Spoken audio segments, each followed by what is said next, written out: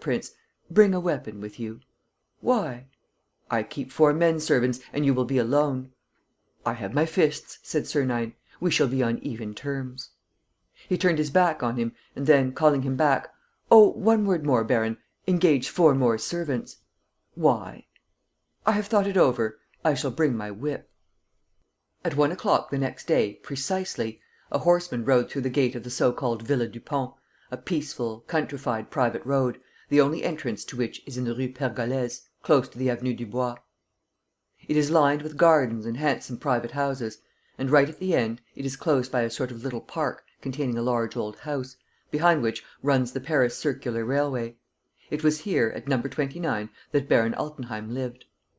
Sernine flung the reins of his horse to a groom whom he had sent on ahead and said: "Bring him back at 2:30." He rang the bell. The garden gate opened, and he walked to the front door steps, where he was awaited by 2 tall men in livery who rushed him into an immense, cold, stone hall, devoid of any ornament. The door closed behind him with a heavy thud; and, great and indomitable as his courage was, he nevertheless underwent an unpleasant sensation at feeling himself alone, surrounded by enemies, in that isolated prison. "Say Prince Sernine." The drawing room was near, and he was shown straight in. "Ah, there you are, my dear prince!" said the baron, coming toward him. "Well, will you believe? Dominique, lunch in 20 minutes. Until then, don't let us be interrupted. Will you believe, my dear prince, that I hardly expected to see you?" "Oh, really? Why?" "Well, your declaration of war, this morning, is so plain that an interview becomes superfluous." "My declaration of war?" The baron unfolded a copy of the Grand Journal and pointed to a paragraph which ran as follows: "We are authoritatively informed that M. Lenormand's disappearance has roused Arsène Lupin into taking action. After a brief inquiry, and following on his proposal to clear up the Kesselbach case, Arsène Lupin has decided that he will find M. Lenormand, alive or dead, and that he will deliver the author or authors of that heinous series of crimes to justice." "This authoritative pronouncement comes from you, my dear prince, of course?" "Yes, it comes from me." "Therefore I was right. It means war." "Yes." Altenheim gave Sernine a chair, sat down himself and said, in a conciliatory tone: "Well, no, I cannot allow that. It is impossible that 2 men like ourselves should fight and injure each other. We have only to come to an explanation, to seek the means. You and I were made to understand each other." "I think, on the contrary, that 2 men like ourselves are not made to understand each other." The baron suppressed a movement of impatience and continued: "Listen to me, Lupin. By the way, do you mind my calling you Lupin?" "What shall I call you? Altenheim, Ribeira or Parbury?" "Oh, I see that you are even better posted than I thought. Hang it all, but you're jolly smart! All the more reason why we should agree." And, bending toward him: "Listen, Lupin, and ponder my words well. I have weighed them carefully, every one. Look here. We 2 are evenly matched. Does that make you smile? You are wrong. It may be that you possess resources which I do not; but I have others of which you know nothing. Moreover, as you are aware, I have few scruples, some skill and a capacity for changing my personality which an expert like yourself ought to appreciate. In short, the 2 adversaries are each as good as the other. But one question remains unanswered. Why are we adversaries? We are pursuing the same object, you will say. And what then? Do you know what will come of our rivalry? Each of us will paralyze the efforts and destroy the work of the other, and we shall both miss our aim. And for whose benefit? Some Lenormand or other, a third rogue. It's really too silly." "It's really too silly, as you say," Sernine admitted. "But there is a remedy." "What is that?" "For you to withdraw." "Don't chaff. I am serious. The proposal which I am going to make is not one to be rejected without examination. Here it is in 2 words: let's be partners." "I say!" "Of course, each of us will continue free where his own affairs are concerned. But, for the business in question, let us combine our efforts. Does that suit you? Hand in hand and share alike. What do you bring?" "I?" "Yes, you know what I'm worth. I've delivered my proofs. In the alliance which you are proposing, you know the figure, so to speak, of my marriage portion. What's yours?" "Steinweg." "That's not much." "It's immense! Through Steinweg we learn the truth about Pierre Leduc. Through Steinweg we get to know what the famous Kesselbach plan is all about." Sernine burst out laughing: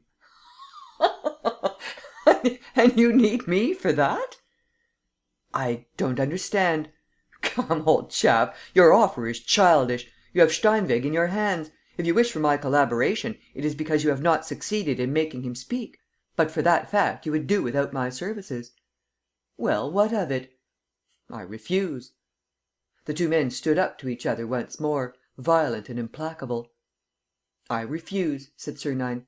"Lupin requires nobody in order to act. I am one of those who walk alone. If you were my equal, as you pretend, the idea of a partnership would never have entered your head. The man who has the stature of a leader commands. Union implies obedience. I do not obey." "You refuse? You refuse?" repeated Altenheim, turning pale under the insult. "All that I can do for you, old chap, is to offer you a place in my band. You'll be a private soldier, to begin with. Under my orders, you shall see how a general wins a battle, and how he pockets the booty, by himself and for himself. Does that suit you? Tommy." Altenheim was beside himself with fury. He gnashed his teeth. "You are making a mistake, Lupin," he mumbled. "You are making a mistake. I don't want anybody either; and this business gives me no more difficulty than plenty of others which I have pulled off. What I said was said in order to effect our object more quickly and without inconveniencing each other." "You're not inconveniencing me," said Lupin, scornfully. "Look here, if we don't combine, only one of us will succeed." "That's good enough for me." "And you will only succeed by passing over the other's body. Are you prepared for that sort of duel, Lupin? A duel to the death, do you understand?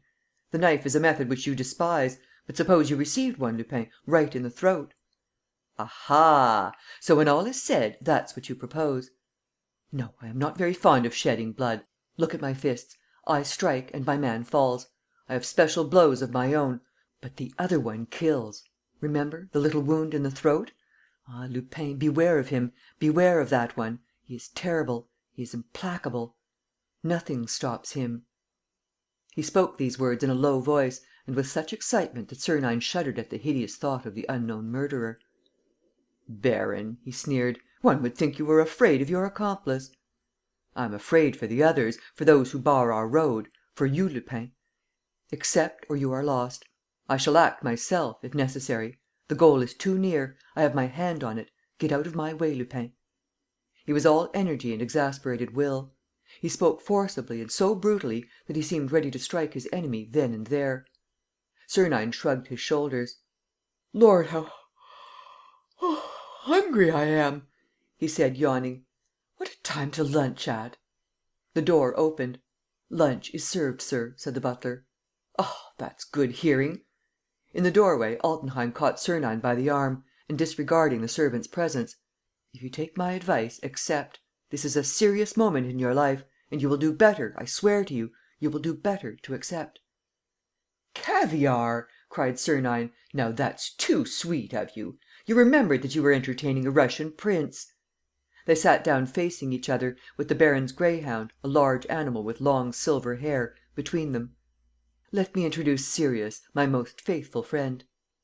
"A fellow countryman," said Sernine. "I shall never forget the one which the Tsar was good enough to give me when I had the honour to save his life." "Ah, you had that honour? A terrorist conspiracy, no doubt?" "Yes, a conspiracy got up by myself. You must know, this dog its name, by the way, was Sebastopol."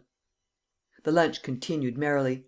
Altenheim had recovered his good humour, and the two men vied with each other in wit and politeness. Sernine told anecdotes which the baron capped with others; and it was a succession of stories of hunting, sport and travel in which the oldest names in Europe were constantly cropping up: Spanish grandees, English lords, Hungarian Magyars, Austrian archdukes. "Ah," said Sernine, "what a fine profession is ours! It brings us into touch with all the best people. Here, Sirius, a bit of this truffled chicken." The dog did not take his eyes off him, and snapped at everything that Sernine gave it. "A glass of Chambertin, prince?" "With pleasure, baron." "I can recommend it. It comes from King Leopold's cellar." "A present?" "Yes, a present I made myself." "It's delicious! What a bouquet! With this pâté de foie gras, it's simply wonderful. I must congratulate you, baron. You have a first-rate chef." "My chef is a woman cook, prince. I bribed her with untold gold to leave Levrault, the Socialist deputy. I say, try this hot chocolate ice. And let me call your special attention to the little dry cakes that go with it. They're an invention of genius, those cakes." "The shape is charming, in any case," said Sernine, helping himself. If they taste as good as they look,